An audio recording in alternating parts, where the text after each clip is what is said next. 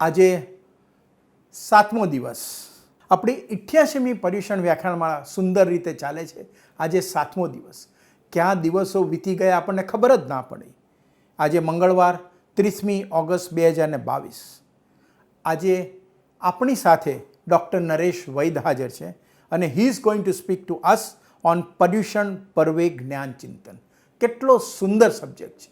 We are really thankful to Dr. Naresh Vaid for sparing such a valuable time of his and coming to us and addressing our 88th Paryushan Vyakhyanmala. On behalf of all of you, request our dearest Pankajbhai Sanghvi to give full introduction of Dr. Naresh Vaid. Thank you very much. Pankajbhai, આવો અને નરેશભાઈનો પરિચય આપો. Thank you. Shri Mumbai Jain Yuvak Sangh 88 વર્ષથી ચાલતી આજની આ પર્યુષણ વ્યાખ્યાનમાળાના 7મા દિવસે આપણી વચ્ચે છે ડૉક્ટર નરેશભાઈ વૈદ. તેમનો આજનો વિષય છે પર્યુષણ પર્વે જ્ઞાન ચિંતન. ડૉક્ટર નરેશભાઈ વૈદ વૈદ સાહેબના આદરવચક નામથી જાણીતા ડૉક્ટર નરેશચંદ્ર વૈદ શીલભદ્ર, શિક્ષણવિદ અને સંસ્કાર પુરુષ છે. અગાઉ અનેકવાર આપ અહીં પધાર્યા છો. છેલ્લા 35 વર્ષોથી વાંચન, અધ્યાપન, ચારિત્ર ઘડતર જેવી વિદ્યુત પ્રવૃત્તિઓ સાથે આપ સંકળાયેલા છો. 1978માં ડૉક્ટર ઈશ્વરલાલ દવેના માર્ગદર્શન હેઠળ લઘુ નવલના સ્વરૂપ વિશે થીસીસ તૈયાર કરીને પીએચડી ડિગ્રી આપણે પ્રાપ્ત કરી છે. તેઓ યુનિવર્સિટી માન્ય માર્ગદર્શક છે અને તેમના માર્ગદર્શન હેઠળ 40 વિદ્યાર્થીઓને એમ.ફિલની અને 11 વિદ્યાર્થીઓએ પીએચડીની ડિગ્રી પ્રાપ્ત કરી છે. અત્યારે એકેડેમિક સ્ટાફ કોલેજના સરદાર પટેલ યુનિવર્સિટીમાં ડાયરેક્ટર તરીકે આપ સેવા આપી રહ્યા છો. શ્રી મુંબઈ જૈન યુવક સંઘના શ્રોતાગણ માટે ડૉક્ટર નરેશભાઈ વૈદનું નામ નવું નથી. આવા તેજસ્વી અને પ્રભાવક વક્તાને હું તેમનું પ્રવચન આપવા વિનંતી કરું છું. તેમનો આજનો સબ્જેક્ટ છે પર્યુષણ પર્વે જ્ઞાન અને ચિંતન. ડૉક્ટર નરેશભાઈ વૈદ. શ્રી મુંબઈ જૈન યુવક સંઘ આયોજિત 88મી વ્યાખ્યાનમાળા નિમિત્તે આપણે સૌ અત્યારે એકત્રિત થયા છીએ. પર્વાધિરાજ પર્યુષણના પાવન પ્રસંગે સૌ મુનિ, સાધુ, આચાર્યો, ભગવંતો, શ્રેષ્ઠીઓ અને શ્રાવકોને મારા વંદન અને હૃદયની શુભેચ્છાઓ.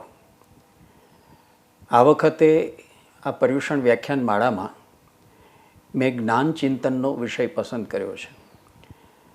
આવો વિષય પસંદ કરવાનું કારણ એ છે કે આ નિમિત્તે આપણે ભારતીય દર્શનોમાં કર્મચિંતન, ત્યાર પછી પાપ પુણ્યનું ચિંતન, આત્મચિંતન, જ્ઞાનચિંતન એવું જે ઉમદા ચિંતન થયું છે તેનો આપણી હાલની અને હવે પછી આવનારી પેઢીને પરિચય મળતો રહે એવો હેતુ છે. અને એટલે આ વખતે આ વ્યાખ્યાનમાળામાં મેં જ્ઞાનચિંતનનો વિષય પસંદ કર્યો છે. આજના આ વ્યાખ્યાનમાં હું જ્ઞાન એટલે શું, આ સંજ્ઞાના કોષગત એટલે કે ડિક્શનરી મિનિંગ, વ્યવહારિક અને તાત્વિક અર્થો કયા છે, જ્ઞાનનું સ્વરૂપ કેવું છે, જ્ઞાન પ્રાપ્તિના માર્ગો અને સાધનો કયા કયા છે, જ્ઞાન પ્રાપ્તિ અને જ્ઞાન સંપાદનની પ્રક્રિયા કેવી હોઈ શકે, જ્ઞાનના પ્રકારો કેવા અને કેટલા હોઈ શકે વગેરે મુદ્દાઓની હું વિગતવાર છણાવટ કરીશ. અને એમ કરીને આ જ્ઞાનની જે સંજ્ઞા છે એ સંજ્ઞા પણ સમજાવીશ અને જ્ઞાનનો જે સંપ્રત્યય ઉર્ફે જ્ઞાનની જે વિભાવના છે, અંગ્રેજીમાં કહીએ તો જ્ઞાનનો જે કોન્સેપ્ટ છે તે સાંગોપાંગ સમજાવવાનો હું પ્રયત્ન કરીશ. સૌથી પહેલો મુદ્દો આપણે જે લઈએ છીએ તે જ્ઞાન એટલે શું. પહેલાં આપણે જ્ઞાન એ સંજ્ઞાના ડિક્શનરી મિનિંગ, કોષગત અર્થો જે છે તે જોઈ લઈએ. આપણી કોઈ પણ ડિક્શનરી ખોલીએ, ચાહે ભગવદ્ ગૌમંડળ કોશ હોય, ચાહે સાર્થ જોડણી કોશ હોય, પછી એ ગુજરાતી ભાષાના હોય, હિન્દી ભાષાના હોય કે અન્ય ભાષાઓના હોય, તો એમાં આપ જોશો કે જ્ઞાન સંજ્ઞાના 4 અર્થો આપવામાં આવે છે. એ 4 અર્થો આ મુજબ છે.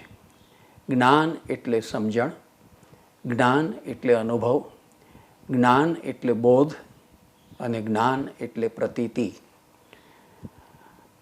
આ સંજ્ઞા આપણે જ્યારે આપણી નજર સામે લાવીએ છીએ ત્યારે સૌ પ્રથમ આપણને ખ્યાલ આવે છે કે એમાં 2 શબ્દો જોડાયેલા છે. એ છે જ્ઞા અને ન. જ્ઞા એટલે જાણ થવી અને ન જે છે અન્ન પ્રયત્ન જે છે એ ક્રિયાવાચક પ્રત્યય છે. એટલે આનો અર્થ એવો થાય કે જ્ઞાન થવું એટલે કોઈ પણ વસ્તુ કે વિષયની સમજણ પડવી. કોઈ પણ વસ્તુ કે વિષયની સમજણ પડવી.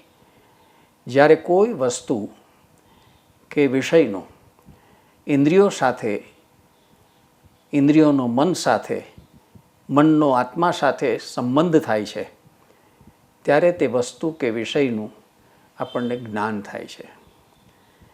એટલે કે આપણી જે જ્ઞાનેન્દ્રિયો છે, આંખ, કાન, નાક, જીભ અને ત્વચા, એ 5 ઇન્દ્રિયો જે છે તે મનને માહિતી પહોંચાડે છે. મન એ માહિતી આપણા બુદ્ધિને પહોંચાડે છે અને બુદ્ધિ આત્માને પહોંચાડે છે. જ્યારે એનો સંયોગ ઇન્દ્રિયોથી મન, મનથી બુદ્ધિ, બુદ્ધિથી આત્મા સાથે એનો સંયોગ થાય છે ત્યારે આપણને એ વસ્તુ કે એ વિષય એની સમજણ પ્રાપ્ત થાય છે. હવે આત્મા સાથે આ જ્યારે સંબંધ થાય છે ત્યારે તે વસ્તુ કે વિષયનું આપણને જ્ઞાન થાય છે, વાત સાચી. પણ ઇન્દ્રિયો, મન અને આત્માને આ રીતે જ્ઞાન થવાનો જે વ્યાપાર છે તે એટલો ઝડપથી ચાલે છે કે આપણાથી એનું અનુમાન પણ થઈ શકે નહીં. આપણી નજર સામે કોઈ દૃશ્ય પડે છે, આપણા કાન ઉપર કોઈ સરસ મજાનો કર્ણમધુર એવો ગુંજારો પડે છે કે આપણી ઘ્રાણેન્દ્રિય છે તે કોઈ મજાની સુગંધ છે તેનો અનુભવ આપણને આપે છે. એમ આપણી શ્રવણેન્દ્રિય, કર્ણેન્દ્રિય, ઘ્રાણેન્દ્રિય, સ્વાદેન્દ્રિય, સ્પર્શેન્દ્રિય એવી જે જ્ઞાનની જુદી જુદી ઇન્દ્રિયો છે, એ ઇન્દ્રિયો વસ્તુ કે પદાર્થના સંપર્કમાં આવતાની સાથે એના વિશેની જે કંઈ માહિતી છે તે મનને આપે છે, મન બુદ્ધિને આપે છે અને બુદ્ધિ તરત આત્માને આપે છે. એ પ્રક્રિયા એટલી ઝડપી છે કે આપણને તો એમ જ લાગે છે કે આપણે વિષય અને વસ્તુને જોયું અથવા એને સાંભળ્યું અથવા તો એને ચાખ્યું અથવા એને સ્પર્શ્યા અને તરત જ જાણે કે આપણને એના વિશેનું જ્ઞાન પ્રાપ્ત થઈ ગયું. આમ જ્યારે આપણે કોષગત અર્થ લઈએ તો એ મુજબ પહેલો અર્થ છે જ્ઞાન એટલે કોઈ વસ્તુ કે વિષયની સૈદ્ધાંતિક અને વ્યવહારિક સમજ. આ ડિક્શનરી મિનિંગ થયું. સૌથી પહેલો અર્થ આ થયો. બીજો અર્થ છે જ્ઞાન એટલે અનુભવ. આવી સમજ કોઈ વ્યક્તિ કે વસ્તુના સંપર્કમાં આવવાથી એનો જે અનુભવ થાય છે એ કારણે આવે છે. માટે જ્ઞાનનો જે બીજો અર્થ છે તે વસ્તુ કે વિષયનો યથાર્થ અનુભવ. વસ્તુ કે વિષયનો યથાર્થ અનુભવ, તેનું નામ જ્ઞાન, એવો બીજો એનો અર્થ છે. એટલા માટે શાસ્ત્રો જ્ઞાનની વ્યાખ્યા આપતા કહે છે કે જ્ઞાન એટલે વ્યક્તિ, વસ્તુ કે તથ્યની સાથે થતો અનુભવલબ્ધ સંસ્તવ. આ સંસ્તવ શબ્દ જે છે તે પારિભાષિક સંજ્ઞા છે, સંસ્કૃત શબ્દ છે અને અનુભવથી ઉપલબ્ધ થતો એવો અર્થ, એવો એનો મિનિંગ છે. ત્રીજો અર્થ જે છે જ્ઞાન એટલે બોધ. તો એ પણ જરા સમજીએ આપણે. વિષય, વસ્તુ કે વ્યાપારનો સામાન્ય કે વિશેષ અથવા એ બંને રૂપનો અવબોધ એટલે જ્ઞાન. અવબોધ સંજ્ઞા આપણે ગુજરાતીમાં અને સંસ્કૃતમાં વાપરીએ છીએ, અંગ્રેજી અન્ડરસ્ટેન્ડિંગ એ સંજ્ઞા માટે. તો જે જ્ઞાનથી જગતમાં શું જાણવા જેવું, શું મેળવવા જેવું અને શું છોડવા કે ત્યજવા જેવું છે તે સમજાઈ જાય, તેને આપણે બોધ અથવા અન્ડરસ્ટેન્ડિંગ કહીએ છીએ. એનું જ બીજું નામ સમ્યક જ્ઞાન છે. જ્ઞાનનો જે ચોથો અર્થ છે તે છે જ્ઞાન એટલે પ્રતીતિ. તો આ પ્રતીતિ એટલે શું? પ્રતીતિ એટલે વિશ્વાસ અથવા ભરોસો. અંગ્રેજીમાં જેને આપણે કન્વિક્શન કહીએ છીએ. જીવનના નાના મોટા અનુભવોથી ધીરે ધીરે કોઈ એક વિચાર ઉપર, કોઈ એક વિષય ઉપર આપણા મનમાં એક ખ્યાલ બંધાતો હોય છે, એક ખાતરી ઊભી થતી હોય છે, તેના વિષયની એક ભરોસો ઊભો થતો હોય છે, એક વિશ્વાસ ઊભો થતો હોય છે, તેને આપણે કન્વિક્શન રૂપે પ્રતીતિ કહીએ છીએ. તો જ્ઞાન એટલે આવી પ્રતીતિ. વસ્તુ કે વિષયની 4 પ્રકારની પ્રતીતિ હોય છે. પહેલી છે સત્ય પ્રતીતિ, બીજી છે મિથ્યા પ્રતીતિ, ત્રીજી છે સાદૃશ્ય પ્રતીતિ અને ચોથી છે સંશય પ્રતીતિ. આપણે ઉદાહરણ લઈએ એટલે આખી વાત સમજાય. દિવાલ ઉપર ઘોડાનું ચિત્ર જોઈ આ ઘોડો જ છે એમ ખાતરી થાય, તેને કહેવાય સત્ય પ્રતીતિ. આ ઘોડો નથી, ખચ્ચર લાગે છે એમ જણાય તો એને કહેવાય મિથ્યા પ્રતીતિ. આ ઘોડા જેવું કોઈ પ્રાણી લાગે છે એમ જણાય તો એને કહેવાય સાદૃશ્ય પ્રતીતિ. અને આ કદાચ ઘોડાનું જ ચિત્ર છે, પછી રામ જાણે એવું લાગે એને સંશય પ્રતીતિ કહેવાય. આમ વસ્તુ, વ્યક્તિ, વિષય કે વ્યાપારનું પ્રતીત થવું તે પણ યથાર્થ કે અયથાર્થ એવું જ્ઞાન છે. જેમ પર્વત ઉપર ધુમાડો દેખાતા ત્યાં અગ્નિ હશે એમ ધારણા કરીએ છીએ, એ અનુમાન જ્ઞાન છે. તેમ અંધારામાં દોરડું સાપ જેવું લાગતું હતું, પણ અજવાળું થતાં એ સાપ નથી પણ દોરડું છે એવું જ્ઞાન થવું એને પ્રતીતિ કહે છે. તો આમ જ્ઞાનના 4 અર્થો આપણને ડિક્શનરી આપે છે. જ્ઞાન એટલે સમજણ, જ્ઞાન એટલે બોધ, જ્ઞાન એટલે અનુભવ અને જ્ઞાન એટલે પ્રતીતિ. સાદી રીતે કહીએ તો જ્ઞાન સંજ્ઞાના આ 4 અર્થો છે. પહેલો, નવી જાણકારી મેળવવી. બીજો, નવો અનુભવ મેળવવો. ત્રીજું, જૂની માહિતી અથવા જૂના અનુભવ વિશે નવો બોધ પ્રાપ્ત કરવો. અને ચોથું, એમના વિશે યથાર્થ પ્રતીતિ મેળવવી. આ રીતે જોઈએ તો જ્ઞાન એક વ્યાપક અવધારણા છે, જેનો સંકેત જ્ઞાન પ્રાપ્તિની પ્રક્રિયા અને એ પ્રક્રિયાના ફળ કે ઉપલબ્ધિ બંને માટે થાય છે. જ્ઞાન એ સંજ્ઞાના આવા અર્થો જોયા પછી હવે આપણે જ્ઞાનનું સ્વરૂપ કેવું હોય છે એ સમજવાનો પ્રયત્ન કરીએ. આપણે ભારતીય અને પાશ્ચાત્ય એમ બંને તત્વજ્ઞાન અનુસાર જ્ઞાનનું સ્વરૂપ સ્પષ્ટ કરવાનો પ્રયત્ન કરીશું. ભારતીય તત્વજ્ઞાન મુજબ જીવ અને જગત બ્રહ્મમાંથી ઉત્પન્ન થયેલા છે. તે એક જ ચૈતન્યની રમણા કે વિલાસ છે. આ ચૈતન્ય જ્યારે વ્યક્તિગત ભૂમિકાએ હોય ત્યારે તેને આત્મા કહે છે, અને જ્યારે જાગતિક ભૂમિકાએ હોય ત્યારે તે બ્રહ્મ કહેવાય છે. આ બ્રહ્મ પ્રજ્ઞાન સ્વરૂપ છે, મતલબ કે જ્ઞાન સ્વરૂપ છે, અનંત જ્ઞાન સ્વરૂપ છે. આ અનંત કોટી બ્રહ્માંડોમાં અને સચરાચર સૃષ્ટિમાં સત, ચિત્ત અને આનંદનો આવિર્ભાવ છે. આમાંથી જે ચિત્ત શક્તિ છે એનો અર્થ જ છે જ્ઞાન શક્તિ. પુરુષ અને પ્રકૃતિનું બનેલું આ સઘળું, એમાં પુરુષ ચૈતન્ય રૂપ છે જ્યારે પ્રકૃતિ જડ છે. પુરુષની માયાશક્તિ વડે પ્રકૃતિ જીવોનું નિર્માણ કરે છે, ત્યારે આ પ્રકૃતિ પાસેથી જીવને 3 શક્તિઓ પ્રાપ્ત થાય છે. એ 3 શક્તિઓ છે જ્ઞાન શક્તિ, ઈચ્છા શક્તિ અને ક્રિયાશક્તિ. કહેવાનો મતલબ એ છે કે પ્રત્યેક જીવાત્મા જ્ઞાન સ્વરૂપ છે, પણ આ જ્ઞાન અંતર્નિહિત હોય છે, અંતર્ગૂઢ હોય છે. તેને પ્રગટ કરી અને બહાર આણવાની પ્રક્રિયાને સાધના કહે છે. આવી સાધનાઓ આપણા જીવનમાં 2 જાતની છે. પહેલી સાધના છે તેને આપણે વિદ્યા સાધના કહીએ છીએ અને બીજી સાધના છે તેને આપણે અધ્યાત્મ સાધના કહીએ છીએ. વિદ્યા સાધના વડે જીવાત્મા પોતાના જીવનમાં સફળતા પ્રાપ્ત કરી શકે છે અને અધ્યાત્મ સાધના વડે જીવાત્મા પોતાના જીવનને સાર્થક કરી શકે છે. જાત, જગત, જીવન અને જગદીશ્વર એ ચારેયના સ્વરૂપ, કાર્ય અને સંબંધો વિશે ઇન્દ્રિય બોધ અને અનુમાન દ્વારા પરોક્ષ તેમાં પરોક્ષ રૂપની જાણકારી અને સમજ મેળવીને એની પ્રતીતિ કરવી, એવું જ્ઞાન પ્રકાશાત્મક અને વિમર્શાત્મક સ્વરૂપનું છે. આથી જ્ઞાન એટલે મુખ્યતઃ એ જાણકારી, પરિચય કે બોધ જે ચેતન અવસ્થામાં ઇન્દ્રિયો દ્વારા આપણને પ્રાપ્ત થાય છે.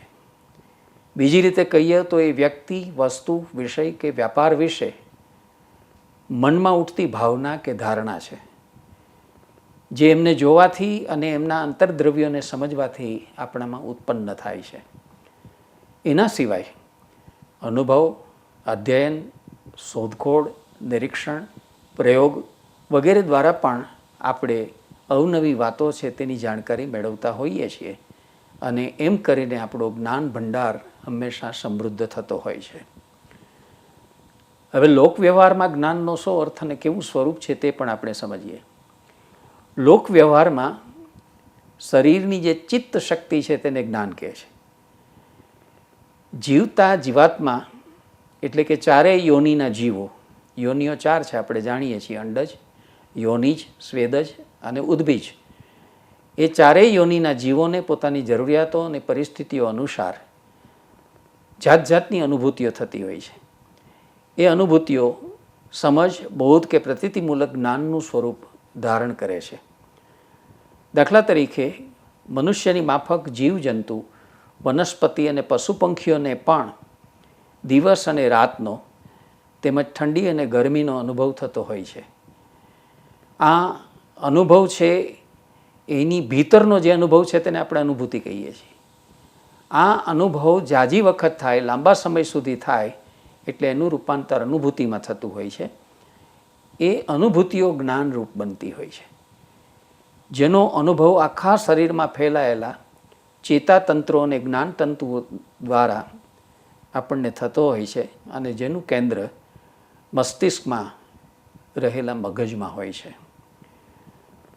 ત્રીજો એક અર્થ છે તે ધાર્મિક અને આધ્યાત્મિક ક્ષેત્રનો છે. ધાર્મિક અને આધ્યાત્મિક ક્ષેત્રોમાં આત્મા અને પરમાત્માનું સ્વરૂપ અને એ બંનેના પારસ્પરિક સંબંધોની જાણકારીને પણ જ્ઞાન કહે છે. જેની જાણકારીથી આપણી દૃષ્ટિમાં બધી ભૌતિક અને સાંસારિક બાબતો અને બધા વિષયો બિલકુલ અસાર, તુચ્છ, મિથ્યા અને નશ્વર લાગવા માંડે તેવા જ્ઞાનને આત્મજ્ઞાન કે બ્રહ્મ જ્ઞાન કહે છે. જે જ્ઞાન પામ્યા પછી બીજું કશું પામવાપણું રહેતું નથી એવું જે સર્વોચ્ચ જ્ઞાન છે આધ્યાત્મિક અને ધાર્મિક અર્થમાં, તે આવું આત્મજ્ઞાન અથવા બ્રહ્મજ્ઞાન છે. આવું જ્ઞાન જીવાત્માને જીવન મરણના આવાગમનના ફેરામાંથી તેમજ આશક્તિઓ, અભિનિવેશો અને બંધનોમાંથી છોડાવીને મુક્તિ કે મોક્ષ અપાવનારું માનવામાં આવે છે. હિન્દુ દર્શન અનુસાર જ્ઞાનની કેટલીક ભૂમિકાઓની વાત થયેલી છે. તો હવે આપણે જ્ઞાનની ભૂમિકાઓ કેટલી છે એના વિશે જાણીએ. હિન્દુ દર્શન અનુસાર જ્ઞાનની જે 7 ભૂમિકાઓ છે તે છે શુભેચ્છા, વિચારણા, તનુમાનસા, સત્વાપત્તિ, અસંશક્તિ, પદાર્થ ભાવની અને તુર્યગા. આમાંની પ્રથમ 3 ભૂમિકાઓ છે તે જ્ઞાન પ્રાપ્તિ માટેની યોગ્યતા પ્રાપ્ત કરવાના હેતુવાળી છે, જ્યારે બાકીની 4 ભૂમિકાઓ છે તે જ્ઞાનની ઉત્તરોત્તર ચડિયાતી અવસ્થાઓ દર્શાવનારી છે. જૈન દર્શન અનુસાર જ્ઞાન 9 ક્ષાયિક જે ભાવો છે તે પૈકીનો એક ભાવ છે. આવા 9 ક્ષાયિક ભાવો એટલે જ્ઞાન, દર્શન, દાન, ભોગ, ઉપભોગ, લાભ, વીર્ય, સમ્યકત્વ અને ચરિત્ર, આ બધાને જૈન દર્શન ક્ષાયિક ભાવો ગણે છે. આવું જ્ઞાન બહાર નથી. આત્મા પોતે જ જ્ઞાન સ્વરૂપ છે અને માટે આંતરિક છે. આવા જ્ઞાનના પ્રગટીકરણ માટે 4 વસ્તુઓની આવશ્યકતા હોય છે. એ છે, એક જ્ઞાનની વિશુદ્ધિ, બીજું છે મન અને ચિત્તની એકાગ્રતા અને તન્મયતા જ્ઞાનના વિષયમાં, ત્રીજું છે સ્વયંમાં પોતાનામાં સ્થિરત્વ, અને ચોથું છે અન્યને પણ તેમાં પ્રતિષ્ઠિત કરવાની લાલસા. આવા જ્ઞાનનું ફળ જે છે તે વિરતિ છે.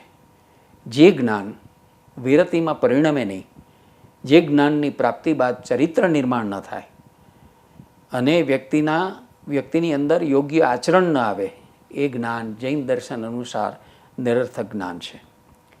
પાશ્ચાત્ય મત પણ આપણે જોઈ લઈએ. પાશ્ચાત્ય મત અનુસાર વસ્તુઓ, તથ્યો, ભાવો કે વિચારોની પ્રકૃતિના વિષયમાં તથા એમના સંબંધોના વિષયમાં એવો પરિચય પ્રાપ્ત થવો જે શક્ય હોય ત્યાં સુધી વ્યવસ્થિત અને સ્થાયી હોય, તેને જ્ઞાન કહે છે. એમની દૃષ્ટિએ જ્ઞાન એક બહુ વ્યાપક સંજ્ઞા છે, જેનો સંકેત જ્ઞાન પ્રાપ્તિની પ્રક્રિયા અને એ પ્રક્રિયાના ફળ કે ઉપલબ્ધિ બંને માટે ઉપયોગમાં લેવાય છે અને સ્વીકારવામાં આવે છે. પાશ્ચાત્ય મત અનુસાર જ્ઞાન નિમિત્ત બોધક, એટલે કે વસ્તુ કે વિષય શું છે તેનો ઉત્તર, અને કથમિતિ બોધક, એટલે વસ્તુ કે વિષય શા માટે છે, કેવી રીતે છે અને ક્યારે છે તેનું નિર્દેશક છે. એટલે કે કોઈ વસ્તુ કે વિષય વિશે વોટ, હાઉ, વાય અને વેન એવા પ્રશ્નો પૂછવાથી જે જવાબ મળે તેને પાશ્ચાત્ય તત્વદર્શન જ્ઞાન પ્રાપ્તિ કહે છે. હવે આપણે એ જોઈશું કે જ્ઞાન પ્રાપ્ત ક્યારે કરી શકાય. જ્ઞાન પ્રાપ્તિ માટે અમુક જરૂરિયાતો અને સંજોગોની જરૂર હોય છે. એટલે કે એવી પરિસ્થિતિ જેમાં મન દ્વારા જ્ઞેય વસ્તુની પરિચય પ્રાપ્તિ સંભવિત હોય, જેને જાણવા માગીએ છીએ એ વસ્તુ કે વિષય છે તેની પ્રાપ્તિ સંભવિત હોય. આવી પરિસ્થિતિ માટે આટલી જરૂરિયાત હોય છે. એક, વ્યક્તિના મનની ચેતન અવસ્થા, બીજું વસ્તુ કે વિષયનું અસ્તિત્વ, ત્રીજું તેના વિશેનું વ્યક્તિનું અવધાન, અને ચોથું વ્યક્તિની ઇન્દ્રિયોની ગ્રહણ ક્ષમતા. આવી 4 જે જરૂરિયાતો છે એ સંતોષાય ત્યારે વ્યક્તિ જ્ઞાન પ્રાપ્ત કરી શકે. આવું જ્ઞાન કેવી રીતે પ્રાપ્ત કરી શકાય? જ્ઞાન પ્રાપ્ત કરવાની કોઈ રીત હોય છે, કોઈ મેથડ કે પદ્ધતિ હોય છે? તો એ જરા સમજીએ. જ્ઞાન એક એવો મનોવ્યાપાર છે જેનાથી મનને જ્ઞેય વસ્તુનો પરિચય પ્રાપ્ત થાય છે. સંવેદન, પ્રત્યક્ષ, વર્ગીકરણ, વ્યાખ્યા વગેરે પ્રક્રિયાઓ દ્વારા આપણે જ્ઞાનને પ્રાપ્ત કરી શકીએ છીએ. બીજા શબ્દોમાં કહીએ તો પ્રત્યક્ષ, અનુમાન, ઉપમાન અને શબ્દ દ્વારા આપણે જ્ઞાન પ્રાપ્ત કરી શકાય. પશ્ચિમી તત્વજ્ઞાન જ્ઞાન પ્રાપ્ત કરવા માટેની 5 રીતો બતાવે છે. એ 5 રીતોમાં પહેલું છે આંતરપ્રેરણા, ઇન્ટ્યુઇશન જેને અંગ્રેજીમાં કહે છે. કાં તો આપણે આંતરપ્રેરણા અથવા હૈયા ઉકલતથી જ્ઞાન પ્રાપ્ત કરીએ છીએ. બીજી રીત અથવા બીજી જે પદ્ધતિ છે તે સામાન્ય બુદ્ધિ દ્વારા જ્ઞાન પ્રાપ્ત કરવાની, એને અંગ્રેજીમાં કહે છે બાય કોમન સેન્સ. અને આપણે જાણીએ છીએ કે common sense is rather uncommon in the man. આવી સામાન્ય બુદ્ધિ બધા પાસે હોતી નથી, કોઈક પાસે જ હોય છે. તો એવી સામાન્ય બુદ્ધિ એના દ્વારા પણ જ્ઞાન પ્રાપ્ત થઈ શકે છે. ત્રીજું તર્ક બુદ્ધિ વડે, જેને અંગ્રેજીમાં રિઝનિંગ કહે છે. બધા માણસને છે તે તર્ક તો મળેલો જ હોય છે, બુદ્ધિ પણ મળેલી હોય છે. તો તર્ક બુદ્ધિનો વિવેકપૂર્વક ઉપયોગ કરીને માણસ જ્ઞાન પ્રાપ્ત કરી શકે છે. ચોથો જે રસ્તો કે ચોથું જે માધ્યમ છે તે તજજ્ઞ અથવા નિષ્ણાત દ્વારા જ્ઞાન પ્રાપ્ત કરી શકાય, બાય એન એક્સપર્ટ્સ. પાંચમો રસ્તો છે શાસ્ત્રો દ્વારા આપણે જ્ઞાન પ્રાપ્ત કરી શકીએ છીએ. એને અંગ્રેજીમાં કહે છે બાય ગ્રાન્ડ નેરેટિવ્સ. શાસ્ત્રો માટે હવે આ નવી સંજ્ઞા છે તે વ્યવહારમાં આવી છે, ગ્રાન્ડ નેરેટિવ્સ. અને છેલ્લો અને છઠ્ઠો રસ્તો છે સંશોધન દ્વારા જ્ઞાન પ્રાપ્ત કરી શકાય, બાય રિસર્ચ એક્ટિવિટી. તો આ 6 રસ્તે આપણે હંમેશા જ્ઞાન પ્રાપ્ત કરતા હોઈએ છીએ. અને એ પ્રાપ્ત કરવા માટે આપણે કઈ પદ્ધતિ અખત્યાર કરીએ છીએ? વસ્તુ કે વિષય વિશે પૃચ્છા કરવી, એટલે જેને અંગ્રેજીમાં ઇન્ક્વાયરી કહે છે, એ પહેલો રસ્તો છે. બીજું છે જાંચ પડતાલ અથવા ઉલટ તપાસ કરવી, જેને અંગ્રેજીમાં ઇન્વેસ્ટિગેશન કહે છે. પોલીસ ડિપાર્ટમેન્ટ કોઈ ધાડની, કોઈ ખૂનની, કોઈ બળાત્કારની જે ઘટના છે તેને તપાસવી હોય, તેને સમજવી હોય, એને ખરા અર્થમાં જાણવી હોય તો જેમ ઉલટ તપાસ કરે છે તો એને આપણે ઇન્વેસ્ટિગેશન કહીએ છીએ. તો ઇન્વેસ્ટિગેશનના માધ્યમથી પણ જ્ઞાન પ્રાપ્ત થઈ શકે. ત્રીજી રીત છે અધ્યયન દ્વારા, બાય સ્ટડી. જે વિષય કે વસ્તુ છે તેનું ગહન અધ્યયન કરીએ તો પણ જ્ઞાન પ્રાપ્ત થાય. ચોથો રસ્તો છે અન્વેષણ. આપણે જ્ઞાન જે અત્યાર સુધી ઉપલબ્ધ છે તેની અંદર કંઈક ખાંખા ખોડા કરીને નવું શોધીએ, નવું ઉમેરણ કરીએ, જ્ઞાનનો કોઈ નવો એરિયા છે તે એક્સપ્લોર કરીએ, તેને અન્વેષણ કહેવાય છે. તો અન્વેષણનો અર્થ છે એક્સપ્લોરેશન. તેના દ્વારા પણ જ્ઞાન મેળવી શકાય છે. ભારતીય શાસ્ત્રવિદોએ જ્ઞાન પ્રાપ્ત કરવાની મુખ્યત્વે 3 રીતો બતાવી છે. એ 3 રીતો એટલે 1 પ્રણિપાતેન, 2 પરિપ્રશ્નેન અને 3 સેવયામ. જો જ્ઞાન પ્રાપ્ત કરવું હોય તો જ્ઞાન પીપાસુએ જેની પાસેથી જ્ઞાન મેળવવું છે એમની પાસે વિનય, વિવેક અને વિનમ્રતા સાથે એમની નજીક જઈ એમને પ્રણિપાત કરીને, એમને પ્રશ્નો પૂછીને અને એમના અંતેવાસી થઈ, અંતરંગ નિવાસી થઈ એમની સેવા કરીને, તેમ એમના આચરણનું નિરીક્ષણ અને અવલોકન કરીને જ્ઞાન પ્રાપ્ત કરી શકાય. વડીલોએ એક અન્ય રીત પણ બતાવી છે. એ છે શ્રુતિ, યુક્તિ અને અનુભૂતિ દ્વારા જ્ઞાન પ્રાપ્ત કરી શકવાની રીત. શ્રુતિ એટલે આગમ અને નિગમના સિદ્ધાંતોનું પ્રતિપાદન કરનારા શાસ્ત્ર ગ્રંથોનું વાંચન અને એના વિશે તજજ્ઞ કે નિષ્ણાત ગુરુ દ્વારા કહેવાતા જે કંઈ કહેવાય વાત, જે કંઈ એના વિશે પ્રવચન થાય તેનું શ્રવણ કરીને જ્ઞાન પ્રાપ્ત કરવું તેને શ્રુતિ કહે છે. યુક્તિ એટલે જે કંઈ વાંચન અને શ્રવણ કર્યું હોય તેના વિશે ચિત્ત દ્વારા ચિંતન કરવું, મન દ્વારા મનન કરવું અને અહમ દ્વારા નિધિધ્યાસન કરવું, એમ કરીને વસ્તુ કે વિષયનો સાર પામવો તેને યુક્તિ કહે છે. અને અનુભૂતિ એટલે જે કંઈ વાંચ્યું વિચાર્યું હોય તેના વિશે જે કંઈ ચિંતન, મનન, વિમર્શણ કર્યું હોય તેને આત્મસાત કરીને એનું આચરણમાં રૂપાંતર કરવું અને એ રીતે એ વસ્તુ કે વિષયનો સાક્ષાત્કાર કરવો તેને અનુભૂતિ કહે છે. આટલું જોયા પછી હવે જ્ઞાનના પ્રકારો વિશે આપણે વાત કરી લઈએ. અનેક દૃષ્ટિએ જ્ઞાનના અનેક પ્રકારો પાડવામાં આવ્યા છે. પ્રાચીન શાસ્ત્રો અનુસાર જ્ઞાનના 5 ભેદ હતા. એ છે સંશય જ્ઞાન, ધારાવાહિક જ્ઞાન, કાર્ય જ્ઞાન, આહાર્ય જ્ઞાન અને સ્મૃતિ જ્ઞાન.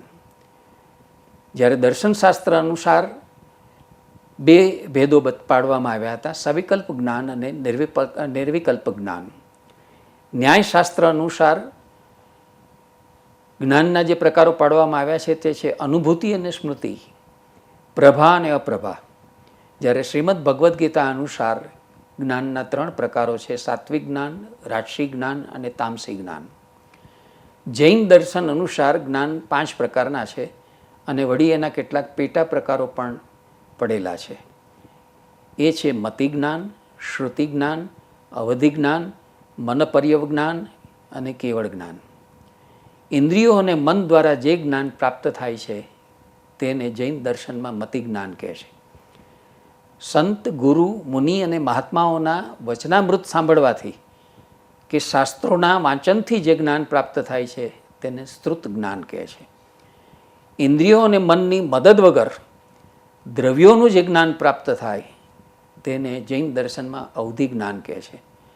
અને અઢી દ્વીપમાં જે સંજ્ઞી પંચેન્દ્રિય જીવના મનોગત ભાવ જાણી આપે તે જ્ઞાનને મનપર્યવ જ્ઞાન એવી સંજ્ઞાથી ઓળખવામાં આવે છે. સર્વ દ્રવ્ય, ક્ષેત્ર, કાળ અને ભાવોને સમકાળે જુએ અને જાણે તેને જૈન દર્શન કેવળ જ્ઞાન કહે છે. આગમ પછીના યુગમાં સમ્યક જ્ઞાનના 12 ભેદો વર્ણવવામાં આવ્યા છે. એ મુજબ જ્ઞાનના પ્રથમ 2 ભેદ એટલે પ્રત્યક્ષ જ્ઞાન, જેને અંગ્રેજીમાં આપણે પરસેપ્ચ્યુઅલ નોલેજ કહીએ, અને બીજું પરોક્ષ જ્ઞાન એટલે નોન પરસેપ્ચ્યુઅલ નોલેજ. ત્યાર પછી પ્રત્યક્ષ જ્ઞાનના 2 પ્રકારો એમણે નિર્દેશ્યા છે. તે છે વ્યવહારિક જ્ઞાન અને પારમાર્થિક જ્ઞાન. વ્યવહારિક પ્રત્યક્ષ જ્ઞાનના પાછા 4 પ્રકારો છે. એ 4 પ્રકારો એટલે અવગ્રહ, જેને અંગ્રેજીમાં આપણે સેન્સેશન કહીએ છીએ. બીજો પ્રકાર છે ઇહા એટલે સ્પેક્યુલેશન. ત્રીજો પ્રકાર છે અવાય એટલે ડિટર્મિનન્ટ પરસેપ્શન. અને ચોથો પ્રકાર છે ધારણા એટલે રિટેન્શન. એ જ રીતે પારમાર્થિક પ્રત્યક્ષ જ્ઞાનના પણ 3 પ્રકાર છે. એ છે અવધિ જ્ઞાન, મનપર્યવ્ય જ્ઞાન અને કેવળ જ્ઞાન. વળી પરોક્ષ જ્ઞાનના 4 પ્રકાર છે. એ 4 પ્રકાર એટલે સ્મરણ, પ્રત્યભિક જ્ઞાન, તર્ક જ્ઞાન અને અનુમાન. એ જ રીતે એના પેટા પ્રકારો એટલે સકલ પારમાર્થિક પ્રત્યક્ષ જ્ઞાન અને વિકલ્પ પારમાર્થિક પ્રત્યક્ષ જ્ઞાન. એ જ રીતે અવધિ જ્ઞાનના પેટા ભેદો એટલે ભાવ પ્રત્યે, ગુણ પ્રત્યે, અનુગામિક, અનાનુગામી, વર્ધમાન, હીયમાન, અવસ્થિત, અનાવસ્થિત, એ બધા ભેદો છે. અને એ જ રીતે મનઃપર્યજ્ઞાનના 2 ભેદો એટલે રુજુમતી અને વિપુલમતી. જૈન દર્શન માને છે કે આત્માના તો અનંત ગુણો છે. એ બધા ગુણોમાં જ્ઞાન એ સર્વશ્રેષ્ઠ ગુણ છે. સમ્યકત્વની જો પ્રાપ્તિ કરવી હોય તો કેવળ જ્ઞાન દ્વારા જ થાય. આવા સમ્યક જ્ઞાનની વૃદ્ધિ થાય તે માટે જૈન દર્શને 8 પ્રકારનો જ્ઞાનાચાર છે તેનો નિર્દેશ કર્યો છે. એ 8 પ્રકાર એટલે કાલ, વિનય, બહુમાન, ઉપધાન, અનિહનવતા, વ્યંજન સુધી, અર્થ સુધી, તદુભય સુધી, આ એ મુખ્ય 8 પ્રકારો છે. આવા જ્ઞાનથી વ્યક્તિને વિનયની પ્રાપ્તિ થાય છે, કુશલ પક્ષમાં એની પ્રવૃત્તિ થાય છે અને પાપ કૃત્યોમાંથી એની નિવૃત્તિ થાય છે. નય અને પ્રમાણ એ મુખ્યત્વે આવા જ્ઞાનની પ્રાપ્તિના મુખ્ય સાધનો છે. હવે આપણે જ્ઞાન, વિજ્ઞાન અને દર્શન વચ્ચેનો, જ્ઞાન અને પાંડિત્ય વચ્ચેનો ભેદ પણ સમજી લઈએ. જૈન દર્શન અને હિન્દુ દર્શન અનુસાર આત્મતત્વની ઓળખ કરવી તે સમ્યક જ્ઞાન છે. વિજ્ઞાન એટલે જ્ઞાનનું નક્કર અને પ્રતીતિકર, ગળે ઉતરે એવું રૂપ, અને દૃષ્ટિ, વિવેકરૂપ યથાર્થ તત્વોમાં શ્રદ્ધા એટલે દર્શન. તો વિજ્ઞાન અને દર્શન એ જુદી વસ્તુ છે, જ્ઞાન અને દર્શન એ પણ જુદી રીતે. એ જ રીતે જ્ઞાન અને પાંડિત્ય વચ્ચે પણ ભેદ છે.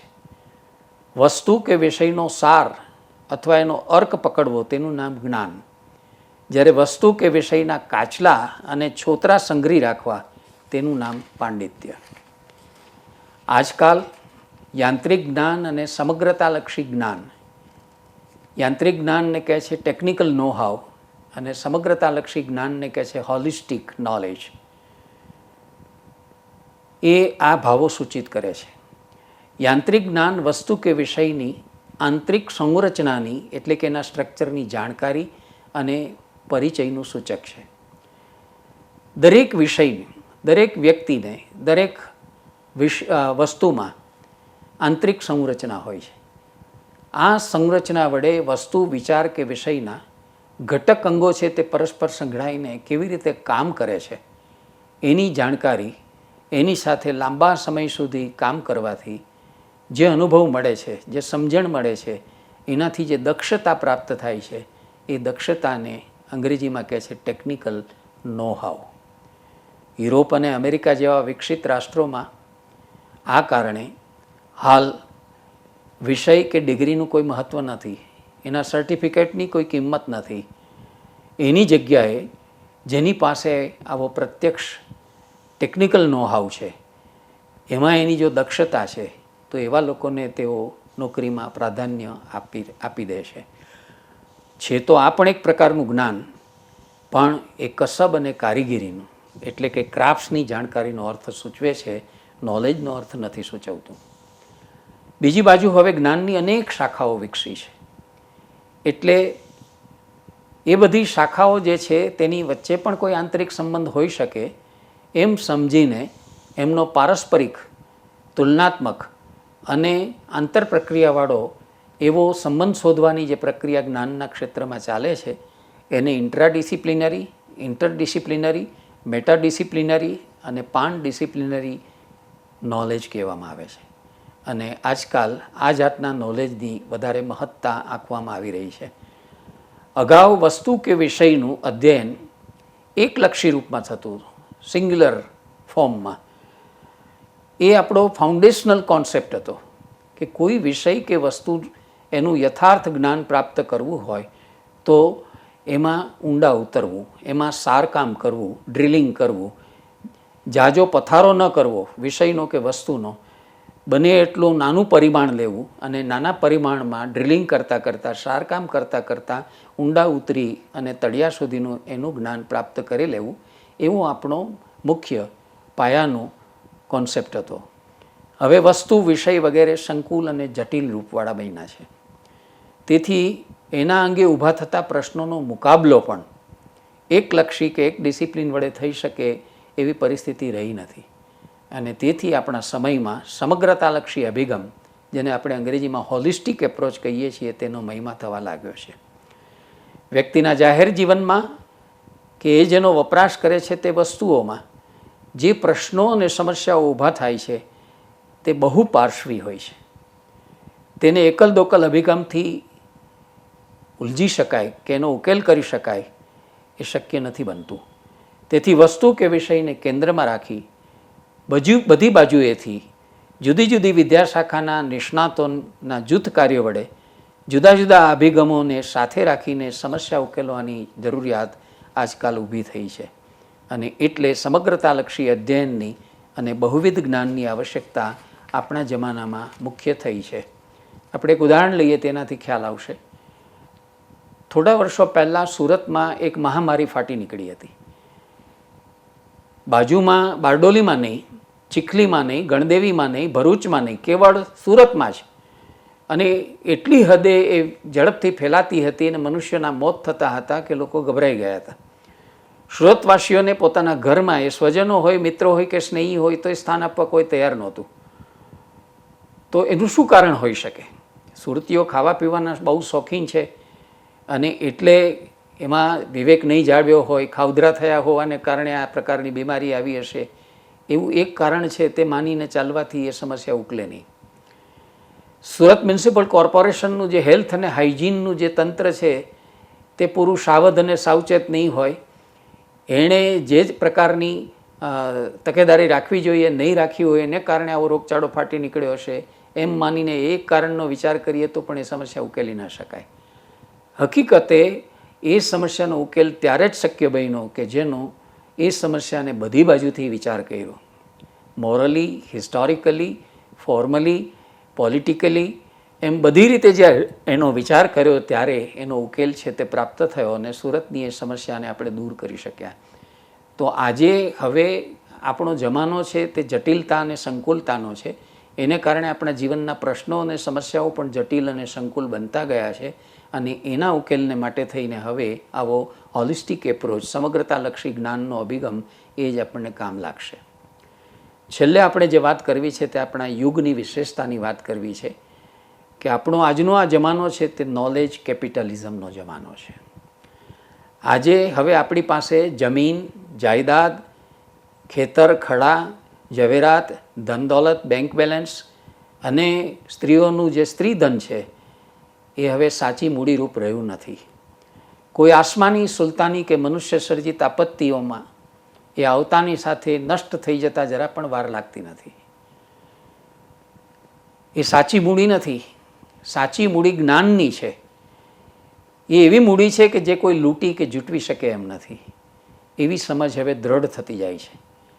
હવે આપણે શાસ્ત્રો, પુરાણો, દર્શનો અને વિજ્ઞાન, યંત્ર વિજ્ઞાનના પાશમાંથી મુક્ત થઈને શુદ્ધ જ્ઞાનના યુગમાં પ્રવેશી ગયા છીએ. આજે હવે ઇન્ફોર્મેશન, સ્કિલ્સ, ટ્રેનિંગ, એજ્યુકેશન કરતાં નોલેજના યુગમાં આપણે આગળ વધી રહ્યા છીએ. ભૌતિક અને વ્યવહારિક જગતનું જ્ઞાન આપણને વિજ્ઞાન ઉર્ફે સાયન્સ આપી રહ્યું છે, જ્યારે આધિદૈવિક અને આધ્યાત્મિક એવા આંતરજગતનું જ્ઞાન આપણને અધ્યાત્મ વિદ્યા ઉર્ફે સ્પિરિચ્યુઆલિટી આપી રહ્યું છે. આપણે વિજ્ઞાન અને અધ્યાત્મ બંને ક્ષેત્રમાં આગળ ધપવું પડે એવી આજે સ્થિતિ છે.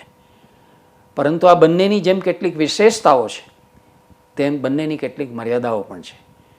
વિજ્ઞાન પાસે સાબિતી ઉર્ફે પ્રૂફ છે પણ પ્રતીતિ ઉર્ફે કન્વિક્શન નથી. અધ્યાત્મ પાસે, સ્પિરિચ્યુઆલિટી પાસે પ્રતીતિ છે પણ સાબિતી નથી. વિજ્ઞાન કોઈ પણ વાત તમે કરો તેની સાબિતી માગે, તમે કહો કે ઈશ્વર છે તો કહે છે બતાવો, સાબિતી આપો કે ઈશ્વર છે. તમે કહો આત્મા છે તો કહે છે દેખાડો, આત્મા ક્યાં છે. વિજ્ઞાન હંમેશા સાબિતીનો, પ્રૂફનો આગ્રહ રાખે છે. અધ્યાત્મ છે એની પાસે પ્રૂફ નથી, એની પાસે પ્રતીતિ છે કે આત્મા જેવી કોઈ વસ્તુ છે, મન જેવી કોઈ વસ્તુ છે. તબીબી વિજ્ઞાને આખા શરીરનું પોસ્ટમોર્ટમ કરી બધા અંગો છે સબછેદન કરીને જુદા પાડ્યા કે આ અન્નનળી, આ શ્વાસનળી, આ જે લીવર છે, આ જે લંગ્સ છે વગેરે, પણ મન નામનો, બુદ્ધિ નામનો, અહમ નામનો, ચિત્ત નામનો કોઈ બોડી પાર્ટે પકડી શક્યું નથી, છતાં એનો સ્વીકાર કરવો પડે છે. તો અધ્યાત્મ વિદ્યા પાસે આ રીતે પ્રતીતિ છે પણ સાબિતી નથી. આ બંનેનો આપણા સમયમાં આપણે સમન્વય કરવો પડશે, કારણ કે વિજ્ઞાન પણ અધૂરું છે, અધ્યાત્મ વિદ્યા પણ અધૂરી છે. જ્યારે સાબિતી અને પ્રતીતિ બંનેનો સંયોગ કરીશું, એટલે કે વિજ્ઞાન અને અધ્યાત્મ વિદ્યા એ બંનેનો આપણે સમન્વય કરીશું, ત્યારે પ્રતીતિ અને સાબિતી સાથે મળીને કામ કરશે, ત્યારે જ્ઞાનનું એક વર્તુળ, નોલેજની એક સર્કિટ છે તે પૂરી થશે. જેમ ઇલેક્ટ્રિસિટીમાં નેગેટિવ અને પોઝિટિવ કરંટ એ જ્યારે ભેગા થાય છે ત્યારે એક ઇલેક્ટ્રિસિટીની સર્કિટ પૂરી થાય છે અને ઇલેક્ટ્રિક શક્તિ કામ કરી શકે છે, એવું જ જ્ઞાનના ક્ષેત્રમાં છે. છેલ્લી વાત હવે આપણે કરવી છે, અને તે એટલા માટે થઈને નોલેજ કેપિટલિઝમના જમાનામાં એને કારણે જ્ઞાનકોશોનું મહત્ત્વ પણ ઘણું વધ્યું છે. આવા જ્ઞાનકોશો વ્યક્તિ વિશેના, વસ્તુ વિષયના, વિષય વિશેના અલગ અલગ હોઈ શકે. જેમ encyclopaedia of Britannica, encyclopaedia of Americana, encyclopaedia of Pears encyclopaedia, Chambers encyclopaedia, એમ વિવિધ પ્રકારના એન્સાઇક્લોપીડિયાઓ છે. તો આમ આજે આપણે આ નિમિત્તે જ્ઞાન વિશે આપણા મર્યાદિત સમયમાં જે કંઈ થોડું ઘણું ચિંતન થઈ શકે તે કર્યું. આપે મને આ પર્યુષણના પર્વ નિમિત્તે આપણી આ વ્યાખ્યાનમાળામાં, આ પ્રથિત્યસ વ્યાખ્યાનમાળામાં, જેમાં અનેક ઉત્તમ વિદ્વાનો આ પૂર્વે આવ્યા છે અને જેમણે વ્યાખ્યાનો આપ્યા છે, તેની હરોળમાં ઊભા રહીને આવા વિષય વિશે વાત કરવાનો જે અવસર આપ્યો એ માટે આપ સૌનો હૃદયપૂર્વક આભાર માનું છું અને આપ સૌને મિચ્છામી દુક્કડમ કહી મારી વાણીને વિરામ આપું છું. નમસ્કાર. શ્રી મુંબઈ જૈન યુવક સંઘની પર્યુષણ વ્યાખ્યાનમાળા નિમિત્તે આજે નરેશભાઈએ પર્યુષણ નિમિત્તે જે જ્ઞાન ચિંતનની કેટલી બધી વિસ્તારથી વાત કરી, જે આપણા સર્વ માટે ખૂબ ઉપયોગી અને અત્યંત મહત્વની છે. જ્ઞાન એટલે આપણે સામાન્ય રીતે એવું વિચારતા હોઈએ કે કોઈ વસ્તુની એક જાણકારી કે કશુંક આપણને પ્રાપ્ત થઈ ગયું, પરંતુ એના અનેક સ્વરૂપો છે, એના અનેક પ્રકારો છે અને અલગ અલગ શાસ્ત્રોમાં એના વિશે કેટલી બધી વિચારણા કરવામાં આવી છે. એ વિશે નરેશભાઈએ એક આજે જુદો જ ઉઘાડ આપણને આપ્યો. પર્યુષણ નિમિત્તે જ્ઞાન ચિંતન, આ નિમિત્તે તેમને ભારતીય ચિંતન ધારામાં જે જ્ઞાનોના અલગ અલગ વિચારો થયા છે, એમાં એમને શરૂઆતમાં કહ્યું કે હું તો કોષગત, વ્યવહારિક અને પછી એના અલગ અલગ જે સંપ્રત્તિઓ છે, એના સ્વરૂપો છે, કઈ રીતે મેળવી શકાય છે, ભારતમાં અને પશ્ચિમમાં શું વિચારણા થઈ છે એ વિશે હું થોડીક વાત કરીશ. એટલે શરૂઆતમાં તો એમને આપણને જ્ઞાનના જે સામાન્ય કોષગત અર્થની વાત કરતા કે જ્ઞાન એટલે આમ તો સમજણ, બોધ, સંપ્રતીતિ, કોઈ વસ્તુની આપણને જે પ્રતીતિ થાય છે એને એમને જ્ઞાન તરીકે ઓળખાવ્યા. આપણને આ રીતે કહેવામાં આવ્યું છે એવું એમને જણાવ્યું. અને જ્ઞાન શબ્દનો વિગ્રહ કરીને પણ જ્ઞા એટલે કે જાણ કરવી, અને ન જે છે તે ક્રિયાવાચક શબ્દ છે. તો કોઈ વસ્તુની આપણને સમજણ પડે, કોઈ વસ્તુની આપણને જાણકારી પ્રાપ્ત થાય છે, એ છે જ્ઞાન. અને આ જ્ઞાન સામાન્ય રીતે આપણને ઇન્દ્રિયોથી પ્રાપ્ત થાય છે. ઇન્દ્રિયો એ જ્ઞાન મનને, મન બુદ્ધિને અને બુદ્ધિ દ્વારા આત્મા સુધી પહોંચે છે. અને એ એટલું બધું ફાસ્ટ થાય છે, નરેશભાઈ વૈદ કહે છે આપણને કે એ એટલું બધું ઝડપથી થાય છે કે આપણને ઘણી બધી વાર ખ્યાલ પણ નથી આવતો કે આ આટલા ઝડપથી થયું છે, પરંતુ આ વ્યાપાર આખો અત્યંત ઝડપી હોય છે. અને વસ્તુ કે એની માહિતીના આપણે સંપર્કમાં આવીએ છીએ પ્રથમ પગથિયે. ત્યાર પછી જ્ઞાન એટલે કે અનુભવ, જેમાં વસ્તુ કે પદાર્થનો આપણને અનુભવ થાય છે. ત્યાર પછી વિષય કે વસ્તુનો જે આપણને અવબોધ થાય છે, અને અવબોધ થાય છે જે એક પ્રકારનું સમ્યક જ્ઞાન છે. અને પછી ચોથી રીત છે કે એ પ્રતીતિ થાય છે. એટલે પહેલા સ્તરે માહિતી છે, પછીના બીજા સ્તરે અનુભવ, ત્રીજા સ્તરે અવબોધ, અને ચોથા સ્તરે વાત છે કે આપણને જે વિશ્વાસ, પ્રતીતિ, ભરોસો જે આવી છે તે. એમને જ્ઞાન વિશે એમ કહ્યું કે 4 પ્રકાર પણ એમને આપણને સમજાવ્યા. કે એક તો સત્ય, જે આપણને તરત જ ખ્યાલ આવે કે, પછી બીજું એક મિથ્યા છે, પછી સાદૃશ્ય છે અને સંશય પ્રતીતિ છે. અને પછી એમને આપણે ઘોડાના ઉદાહરણ સાથે સમજાવ્યું કે આ ઘોડો છે. પછી બીજું કે આ ઘોડા જેવું છે, એક મિથ્યા જ્ઞાન. સાદૃશ્યમાં ઘોડા જેવું છે, મિથ્યામાં એ ઘોડો નથી લાગતો, આપણને ગધેડો લાગે છે. સંશય પ્રતીતિ કે આમ પણ હોઈ શકે ને તેમ પણ હોઈ શકે. તો આ રીતે એમને 4 પ્રકારોની આપણી સાથે વાત કરી. જ્ઞાન વિશે વધારે વિસ્તારથી વાત કરતા નરેશભાઈ આપણને કહે છે કે નવી જાણકારી, નવો અનુભવ, નવો યથાર્થ એનો બોધ છે, એ એક પ્રકારની સમજણ, બોધનો પ્રદેશ આપણા માટે ઉઘડે છે, ખુલે છે. અને આપણને જ્ઞાનનું સ્વરૂપ, પછી એમને ભારતીય શાસ્ત્ર મીમાંસામાં જ્ઞાનના સ્વરૂપ વિશે અને પાશ્ચાત્ય મીમાંસામાં જ્ઞાનના સ્વરૂપ વિશે જે ચર્ચા વિચારણા થઈ છે એની વાત કરી. ભારતમાં જ્ઞાનના સ્વરૂપ વિશે જે વાત કરી છે એમાં જીવ અને જગત વિશે વાત કરી છે. અને આપણે એમ કહેવાય છે કે બ્રહ્મ એ જે અનંત જ્ઞાન સ્વરૂપ છે એના વિશે એમને વાત કરી. સત અને ચિત્તનું જ્યાં આવિર્ભાવ થાય છે, પુરુષ ચૈતન્ય રૂપ છે અને પ્રકૃતિ પાસેથી આ જીવને 3 શક્તિ પ્રાપ્ત થઈ છે એના વિશે નરેશભાઈએ ઉઘાડ આપ્યો. પ્રત્યેક જીવાત્માને પણ જ્ઞાન સ્વરૂપ કહેવામાં આવે છે. એટલે પ્રત્યેક જીવ પાસે જ્ઞાનની શક્તિ છે અને પણ એ જ્ઞાન જે હોય છે એ અંતર્ગુઢ હોય છે અને આપણે એને બહાર કાઢવાનો એક પ્રયત્ન કરવો પડે છે. વિચાર કરો, પર્યુષણ પર્વના આ અનુપમ દિવસો જેમાં આપણે માટે સ્વાધ્યાય અને મનન અને ચિંતન આટલું મહત્વનું છે, એવા સમયમાં એક ખૂબ ગંભીર વિષય લઈને નરેશભાઈ આજે આપણને જ્યારે સમજાવે છે કે જ્ઞાન અને આ ચિત્તનો આવિર્ભાવ શું છે. જ્ઞાન વિશે ખરા અર્થમાં તો આપણે ઘણી બધી વાર જ્ઞાન જેવા શબ્દનો કેટલો મર્યાદિત અર્થમાં ઉપયોગ કરતા હોઈએ છીએ, ત્યારે નરેશભાઈએ એનો આખો વિસ્તાર આપણને સમજાવીને કહું કે આ બહુ ખુલ્લું આકાશ છે, બહુ મોટું આકાશ છે અને આના વિશે શાસ્ત્રોમાં ઘણી બધી ચર્ચા કરાઈ છે. તો એમને પછી આપણને સમજાવ્યું કે આ જે જ્ઞાન છે એ જીવાત્માને જ્ઞાન સ્વરૂપ છે અને દરેક જીવની અંદર એ જ્ઞાન હોય છે, આંતરગુઢ રૂપે હોય છે. આપણે એને બહાર કાઢવાની એક તાકાત આપણી પાસે, એ બહાર કાઢવા માટે આપણે પ્રયત્ન કરવો જોઈએ, પુરુષાર્થ કરવો જોઈએ. અને એ જે પુરુષાર્થ કરવાની વાત છે એને કહેવાય છે જ્ઞાન સાધના.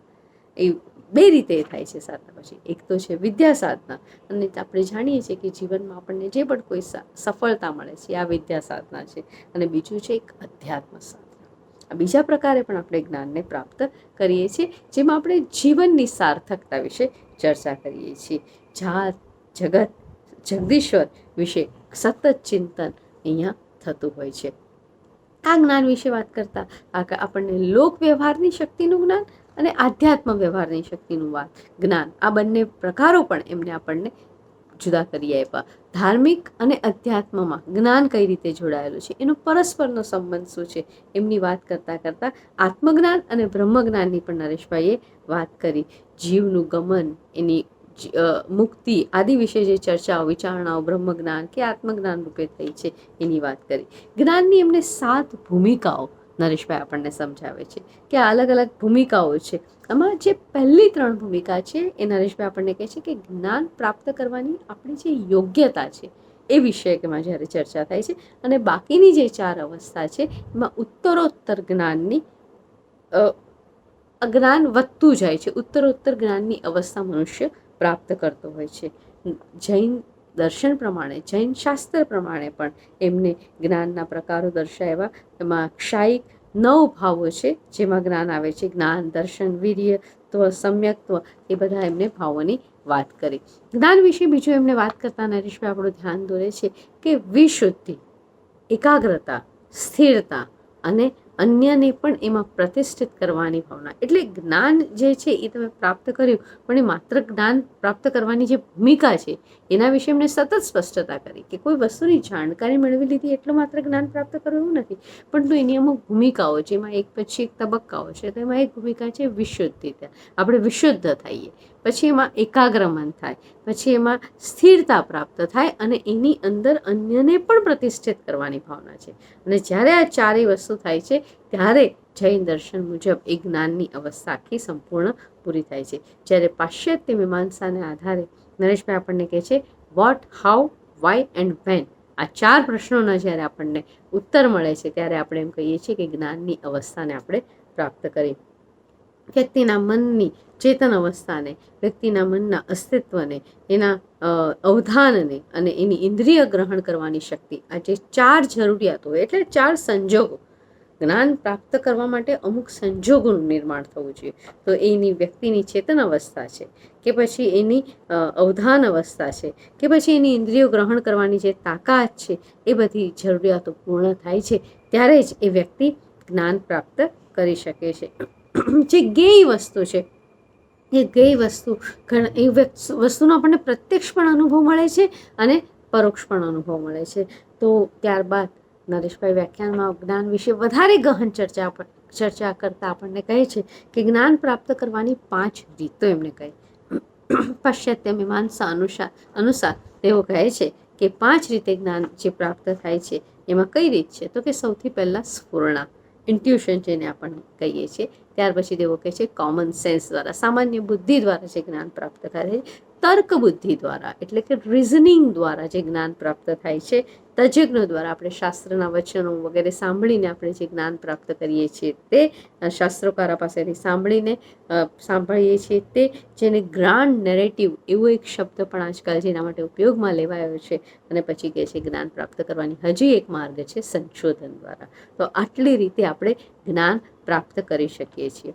એ ઉપરાંત આપણે ઇન્ક્વાયરી દ્વારા, પૂછીને જ્ઞાન પ્રાપ્ત, ઇન્વેસ્ટિગેશન, આપણે વધારે એમાં ઊંડાણથી તપાસ કરીએ છીએ અને આપણે ઇન્વેસ્ટિગેશન દ્વારા, ત્યાર પછી આપણે વસ્તુને એક્સપ્લોર કરીએ. આપણે આજકાલ ઘણી વાર આ શબ્દ બોલીએ છીએ કે એક્સપ્લોર કર્યું એ દિશામાં અમે, તો એ એક્સપ્લોર કરીને પણ તમે જ્ઞાન પ્રાપ્ત કરી શકો છો. જ્યારે ભારતીય 3 રીતોનો પણ તેઓ અમને ઉલ્લેખ કર્યો છે કે ભારતીય રીત છે જ્ઞાન પ્રાપ્ત કરવાની, એમાં પ્રણિપાતે. હવે વિનય, વિવેક, નમ્રતા દ્વારા આપણે કોઈ વ્યક્તિના અંતેવાસી બનીએ અને પણ જ્ઞાન પ્રાપ્ત કરી શકીએ છીએ. શ્રુતિયુક્ત અનુભવ દ્વારા પણ જ્ઞાન પ્રાપ્ત થાય છે, જેમાં આપણે શાસ્ત્રોનું વાંચન કરીએ અને વાંચન દ્વારા કે પછી ચિંતન એટલે કે યુતિ, જેમાં આપણે તમે જે કંઈ વાંચ્યું છે એના વિશે ચિંતન કરો, મનન કરો અને એ રીતે જ્ઞાનને પણ પ્રાપ્ત કરીએ છીએ. એ જ્ઞાનને પછી જ્યારે તમે અનુભૂતિ એની કરો છો એટલે કે એને તમે આત્મસાત કરો છો. પ્રાચીન શાસ્ત્રોમાં જ્ઞાનના ઘણા બધા પ્રકારો વિશે પણ ખૂબ વિસ્તારથી વાત થઈ છે કે એમાં 5 ભેદો જ્ઞાનના બતાવ્યા છે. સંશયનો એક જે ભેદ છે, ધારાવાહિક જ્ઞાન છે. તો આ રીતે આપણે વિચાર ન કરી શકીએ એટલું બધું જ્ઞાન વિશે આપણા શાસ્ત્રોમાં ભારતીય અને પાશ્ચાત્ય બંને જગ્યાએ ખૂબ ગહનતાથી વિચાર કરવામાં આવ્યો છે. ઘણીવાર મનુષ્યને એક સામાન્ય માહિતી મળી જાય અને એને એમ થાય છે કે મને જ્ઞાન પ્રાપ્ત થયું, પણ આ જ્ઞાન પ્રાપ્ત થવું એટલે શું એ પણ સમજણની એક ભૂમિકા અહીંયા આપણને બહુ જ સરસ રીતે નરેશભાઈ આપણને એક ઉદાહરણ સાથે ધીરે ધીરે એવું કહીએ ને કે આપણે ધીરે વસ્તુનો એક આખો વિકાસ નરેશભાઈ કરતા ગયા. એક બિંદુથી એમણે શરૂઆત કરી અને ધીમે આખા વૃક્ષમાં આપણને એમને પરિભ્રમણ કરાવ્યું, પ્રવેશ કરાવ્યો, એની ડાળ, ઝાડ, એના પાન, પર્ણ સુધી આપણને લઈ ગયા અને એના મૂળને પણ આપણને આજે નરેશભાઈએ સમજાવ્યું. જૈન અને દરેક દર્શનની વાત કરતા ગયા. હિન્દુ વિચારધારામાં શું કહેવામાં આવ્યું છે, જૈન દર્શનમાં શું કહેવામાં આવ્યું છે, પાશ્ચાત્ય મીમાંસામાં શું કહેવામાં આવ્યું છે. તો જૈન દર્શન અનુસાર આપણે જાણીએ છીએ જ્ઞાનના જે 5 પ્રકારો છે, મતિ, શ્રુતિ, મનોપરિવ જ્ઞાન, અવધિ જ્ઞાન અને કેવળ જ્ઞાન. તો એના વિશે એમને સમજાવ્યું કે આ 5 નો અર્થ શું છે. આપણે ઇન્દ્રિય દ્વારા આપણને જે પ્રાપ્ત થાય છે તે મતિ જ્ઞાન છે અને પછી સંત ગુરુ પાસેથી આપણે જે પ્રાપ્ત કરીએ છીએ વચનો સાંભળીને એ આપણું શુદ્ધ જ્ઞાન છે. દ્રવ્યનું જે જ્ઞાન આપણને પ્રાપ્ત થાય છે, જે ઇન્દ્રિય અને વન વગર પ્રાપ્ત થાય છે, તે આપણું અવધિ જ્ઞાન છે. અઢીદ્વીપમાં જે પણ કંઈ સંજ્ઞા પંચેન્દ્રિય જીવોના ભાવને આપણે જે જાણી શકીએ છીએ તે મનોપર્ય જ્ઞાન. અને સર્વદ્રવ્ય ભાવ સર્વકાળે જે જાણે છે તે કેવળ જ્ઞાન. તો આ 5 પ્રકારો અને એની સમજૂતી તેઓ આપે છે. ત્યારબાદ એમને સમ્યકના 12 ભેદ જે છે, સમ્યક જ્ઞાનના 12 ભેદ છે, પછી એના પેટા ભેદો છે, એ બધા જ વિશે નરેશભાઈ આપણને વાત કરતા ગયા. અને ત્યારબાદ વ્યાખ્યાનના અંત ભાગમાં નરેશભાઈ આપણને જ્ઞાન, વિજ્ઞાન અને દર્શન એ બધેનો ભેદ અને એ બંને વચ્ચે શું આંતર જોડાણ છે એની પણ એમને આપણી સાથે વાત કરી. આજે જ્ઞાન એ વિષય પર સમગ્ર વિશ્વમાં ખૂબ વિચારાઈ રહ્યું છે, ખૂબ વિચારણા થઈ રહી છે કે પહેલાં શાસ્ત્રોક્ત રીતે આપણે કોઈ એક વિષય હતો એના ખૂબ ઊંડાણમાં જતા હતા, ડેપ્થમાં જતા હતા અને જ્ઞાન પ્રાપ્ત કરાતા. આજે એક હોલિસ્ટિક એવું એપ્રોચ છે કે જેમાં આપણે માત્ર ઊંડાણમાં નથી જતા, પરંતુ આપણે આપણો એ જે પરિઘી છે, આપણું પરિઘ જે છે એ વિસ્તાર એમને વધાર્યો છે, એને થોડું મોટું કર્યું છે. એટલે આજકાલ ઇન્ટરડિસિપ્લિન એપ્રોચનો એક આપણને ઇન્ટરડિસિપ્લિન અભિગમ એપ્રોચ આપણને જોવા મળે છે કે જેમાં જ્ઞાનની વિવિધ શાખાઓ છે અને એમાં આંતરજોડાણ દ્વારા એ વિષયના જ્ઞાનને વધારે પ્રાપ્ત કરવાનો પ્રયત્ન કરવામાં આવ્યો છે.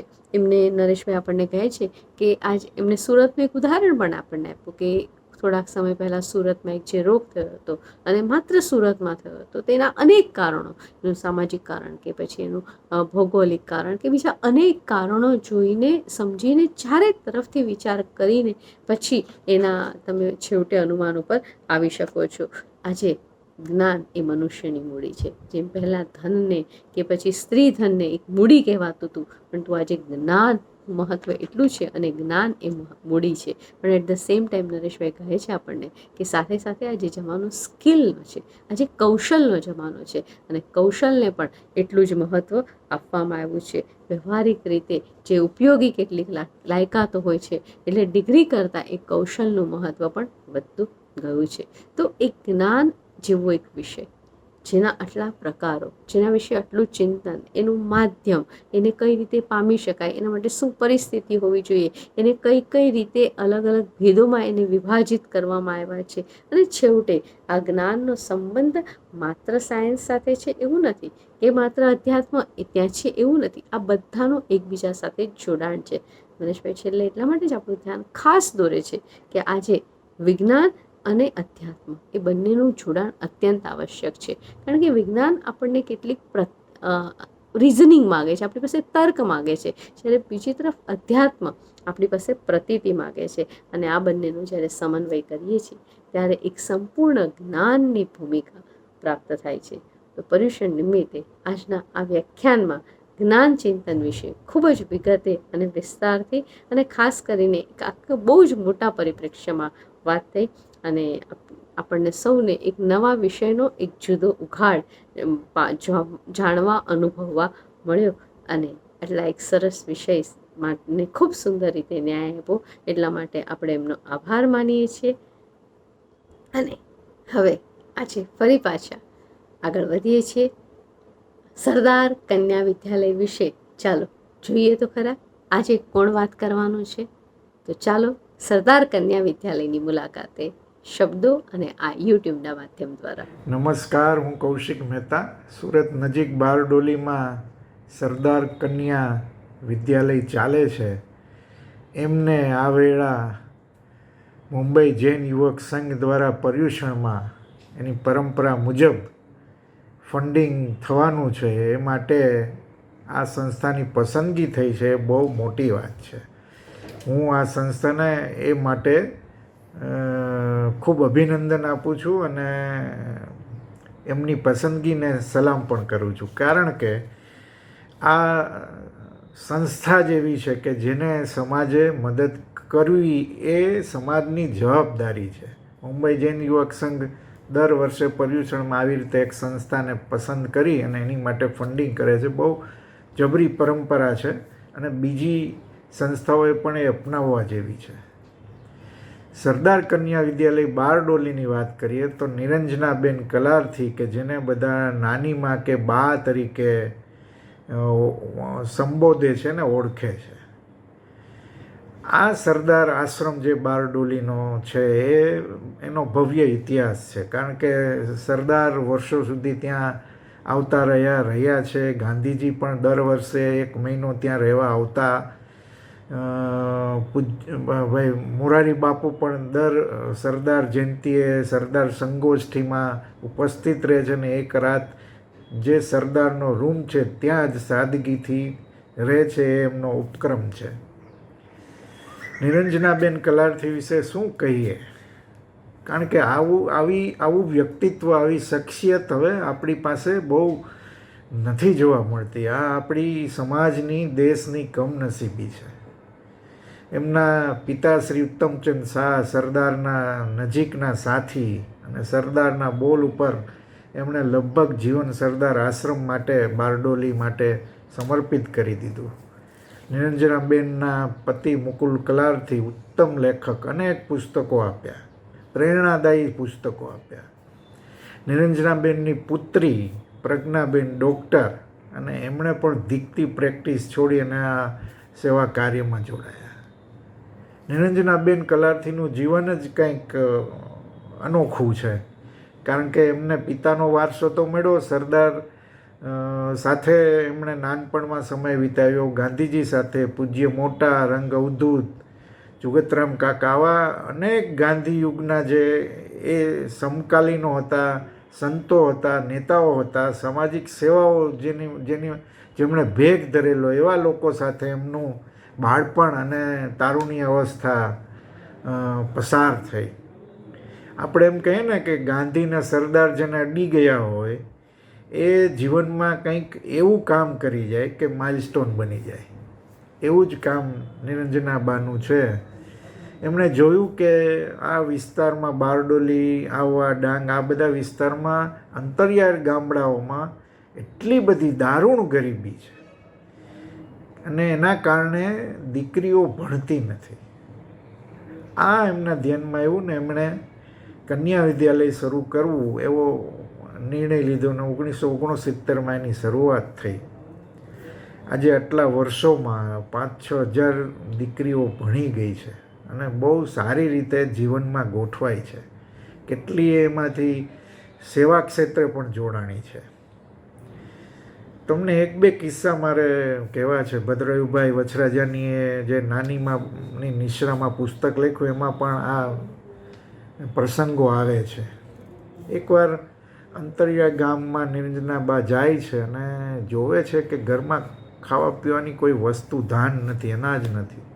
પૂછે છે પછી તો કે એક સમય તો અમારે કંઈક ગમે તેમ કરીને અમે મેળ કરીએ, પણ બીજા ટંકનું નથી હોતું, સાસા. તો શું કરે? તો એ બાજુ એ વિસ્તારમાં એવો પ્રકારનો કંદ થાય છે જે કંદ ખાઈ લો તમે એટલે તમને ઘેન ચડે ને તમે થોડોક સમય સૂઈ રહ્યો ઘેનમાં જ. એટલે આ લોકો આવી રીતે આ કંદ ખાઈ લે તો એમ કે સવારનું ભોજન મળ્યું હોય તો સાંજની ચિંતા નહીં, તમે ઘેનમાં તમારો દિવસ પૂરો થઈ જાય, રાત પડી જાય. આવી દારૂણ ગરીબી. કેવી ગરીબી! એક કિસ્સો એવો છે કે એક માં છે એની દીકરીને લઈને નિરંજનાબા પાસે આવે છે અને એમ કહે છે કે મારે મારી દીકરીને ભણાવવી છે. એટલે બા બધી પૂછપરછ કરે છે. પછી ફીની વાત, એટલે બેન કહે છે કે મારી પાસે ફીના પૈસા નથી, પણ એની પાસે સાવરણીઓ થોડી હતી. એટલે કે આ સાવરણી લઈને કેમ આવ્યા? બાએ પૂછ્યું. તો કે બા મારી પાસે બીજું તો કાંઈ નથી, આ સાવરણી છે. બાએ સાવરણી ફી તરીકે લઈ એની દીકરીને ભણાવી. દીકરી બહુ તેજસ્વી થઈ, ડૉક્ટર બની. ડૉક્ટર રામી એનું નામ. આજે ત્યાં બારડોલીના સામૂહિક આરોગ્ય કેન્દ્રમાં સેવા આપે છે અને આ આશ્રમમાં પણ સેવા આપે છે. આવા અનેક દાખલાઓ છે. કેટલીક શિક્ષિકાઓ થઈ, કેટલીક વિદેશ જઈને સેટલ થઈ છે. એક દીકરી પણ, કોઈ દીકરીનો કિસ્સો એવો નથી જે નાસીપાસ થઈ હોય. આ રીતે દીકરીઓને શિક્ષણ નહીં પણ એનું જીવનનું ઘડતર થાય છે. જીવનમાં જે જરૂરિયાત છે એ રીતે એમને ઘડવામાં આવે છે.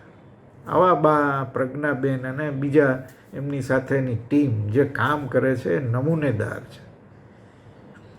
નિરંજનાબાને મળો ને તો જ તમને એમ થઈ જાય કે કંઈક આપણને અલગ વ્યક્તિત્વને આપણે મળ્યા છીએ. સફેદ ખાદીની સાડી, માથા પર સફેદ શ્વેત કેશ અને ચશ્મા. પણ તમે જુઓ ને સાહેબ, આ એના શ્વેત કેશમાં ઇતિહાસની કેટલીય ઘટનાઓ ભંડારાયેલી છે અને આંખમાંથી કરુણાનો પ્રવાહ સતત વહે અને એમાં એમના ચશ્મા આડે ન આવે તમને.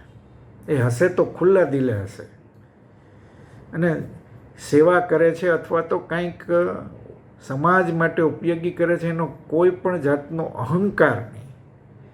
આવી નિસ્પૃહ થઈને સમાજની સેવા કરી, દીકરીઓની ખાસ કરીને સેવા કરવી એ નાની સૂની વાત નથી. આજના યુગમાં પણ આ વિસ્તારમાં હજી પણ ગરીબી છે. ત્યાં સુધી સરકારી સેવાઓ પહોંચી નથી. એવી સ્થિતિમાં બાનો આ સેવા, શિક્ષણનો સેવા યજ્ઞ ચાલે છે, એ અવિરત ચાલતો રહે એવી આપણી ઈચ્છા હોય એ સ્વાભાવિક છે ને એવી ઈચ્છાને બળ મળે છે મુંબઈ જૈન યુવક સંઘ જેવી સંસ્થાઓ દ્વારા ફંડિંગ થાય અને આ સંસ્થા વધારે મજબૂત થાય, વધારે દીકરીઓને ભણાવી શકે. આ બહુ મહત્ત્વનું છે. મુકુલ કલાર્થીનું ટ્રસ્ટ પણ ચાલે છે, એમાંથી પણ મદદ મળતી હોય છે સંસ્થાને. પણ આવો સામાજિક સહયોગ જો મળતો રહે તો બાના હાથ, કારણ કે 8 દાયકા ઉંમર વિતાવી ગયા છે છતાં એમનો ઉત્સાહ જરા ઓછો નથી થયો સાહેબ. હજી બી એમનામાં યુવાન હોય એવો ઉત્સાહ છે દીકરીઓને ભણાવવા માટે. એમની સાથે એમની દીકરી પ્રજ્ઞાબેન પણ એટલું જ કામ કરે છે. આપણે તો એમાં થોડીક આહુતિ આપવાની છે યજ્ઞમાં. આ આહુતિ આપવાનું કામ આપણે સર્વે કરવા જેવું છે. મુંબઈ જૈન યુવક સંઘને ફરી મારી અભિનંદન, એમને સલામ. Thank you. હમણાં જ આપણે શ્રી કૌશિકભાઈ મહેતાને મુકુલ ટ્રસ્ટ સંચાલિત સરદાર કન્યા વિદ્યાલય માટેનો એમનો અભિપ્રાય જાણ્યો.